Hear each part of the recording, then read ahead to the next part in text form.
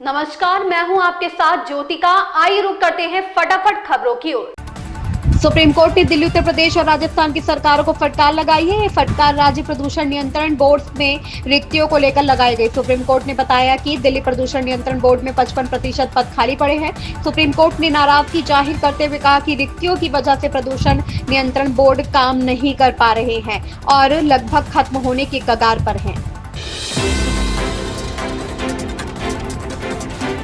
Operation सिंदूर के बाद भारत पाकिस्तान के बीच तनाव चरम पर है। दुनिया भर के देश शांति बरतने की अपील कर रहे हैं। इस बीच सऊदी अरब के विदेश राज्य मंत्री आदेल अली जुबैर अचानक से दिल्ली पहुंचे हैं। सऊदी अरब के मंत्री के इस दौरे को भारत पाकिस्तान के बीच तनाव कम करने की कोशिश के तौर पर देखा जा रहा है। सऊदी अरब के मंत्री ने नई दिल्ली में भारतीय विदेश मंत्री डॉक्टर एस जयशंकर से मुलाकात की।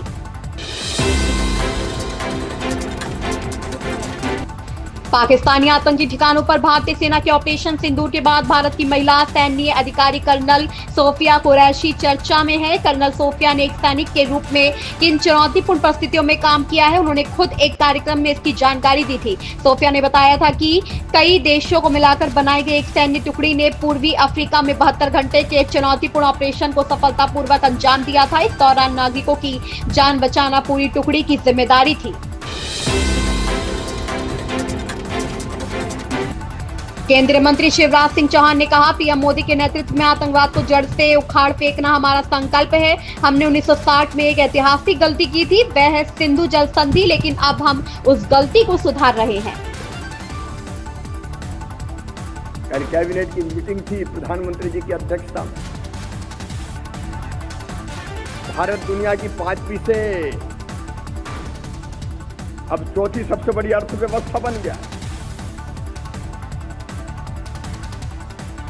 एक तरफ किसानों के सम्मेलन, लखपति दीदियों के सम्मेलन,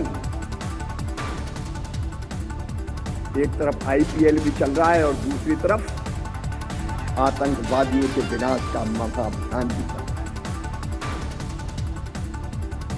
जिन्होंने हमारी बेटियों की मांग से सिंदूर पहुंचा था,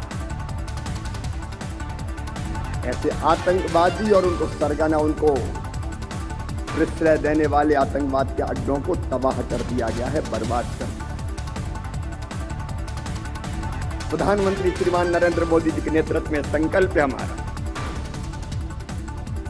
जब आतंकवाद का जड़ से खात्मा कर कर ही चैन की सांस लें।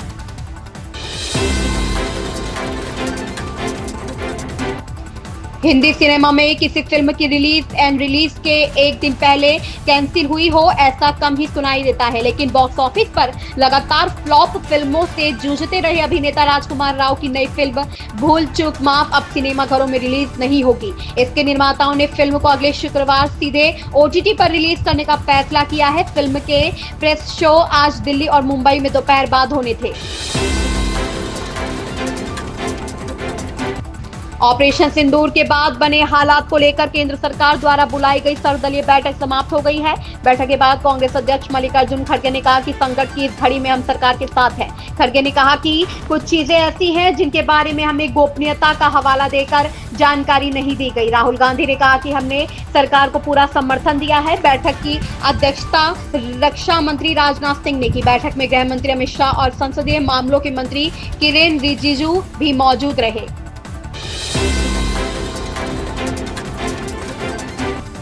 पाकिस्तान के झूठ की एक बार फिर पूरी दुनिया के सामने पोल खुल गई है। दरअसल पाकिस्तान का दावा है कि ऑपरेशन सिंदूर के दौरान उसने भारत के 5 लड़ाकू विमान मार गिराए हैं।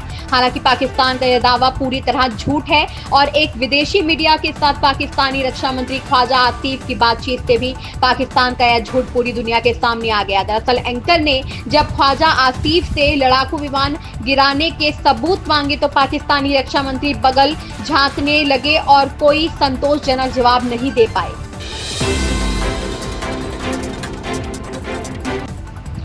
लोक सेवा आयोग के तहत चयनित राज्य के माध्यमिक विद्यालयों के नवनियुक्त सहायक अध्यापकों और प्रवक्ताओं को संबोधित करते हुए सीएम योगी आदित्यनाथ ने कहा, आपने देखा होगा कि कैसे आप में से किसी को यूपी लोक सेवा आयोग की पूरी चयन प्रक्रिया में कोई जैक नहीं लगाना पड़ा। पीएम के मिशन रोजगार के लक्ष्य को प्राप्त करने के लिए हमारी राज्य सरकार ने निष्पक्ष और पारदर्शी चयन प्रक्रिया के माध्यम से आज 8 लाख नियुक्ति पत्र वितरित किए। इससे पहले भी राज्य सरकार ने बेसिक शिक्षा परिषद में 1,23,000 से अधिक शिक्षकों की भर्ती करके प्रदेश के युवाओं को अवसर दिया।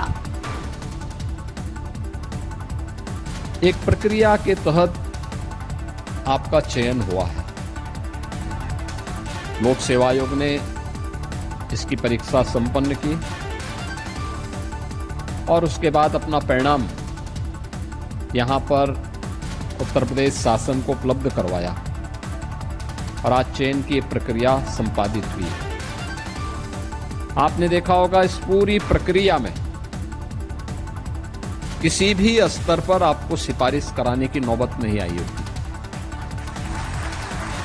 एक निष्पक्ष और पारदर्शी चयन की प्रक्रिया के माध्यम से प्रधानमंत्री मोदी जी के मिशन रोजगार के लक्ष्य को प्राप्त करने की दिशा में सरकार ने जो कदम आज से 8 वर्ष पहले प्रारंभ किए थे,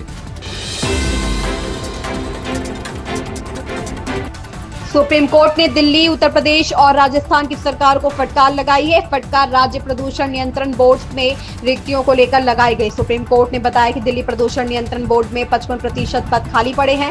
सुप्रीम कोर्ट ने नाराजगी जाहिर करते हुए कहा कि रिक्तियों की वजह से प्रदूषण नियंत्रण बोर्ड काम नहीं कर पा रहे हैं और लगभग खत्म होने के कगार पर है। सुप्रीम कोर्ट ने दिल्ली, उत्तर प्रदेश, हरियाणा और राजस्थान के मुख्य सचिवों को अवमानना नोटिस जारी कर जवाब मांगा है।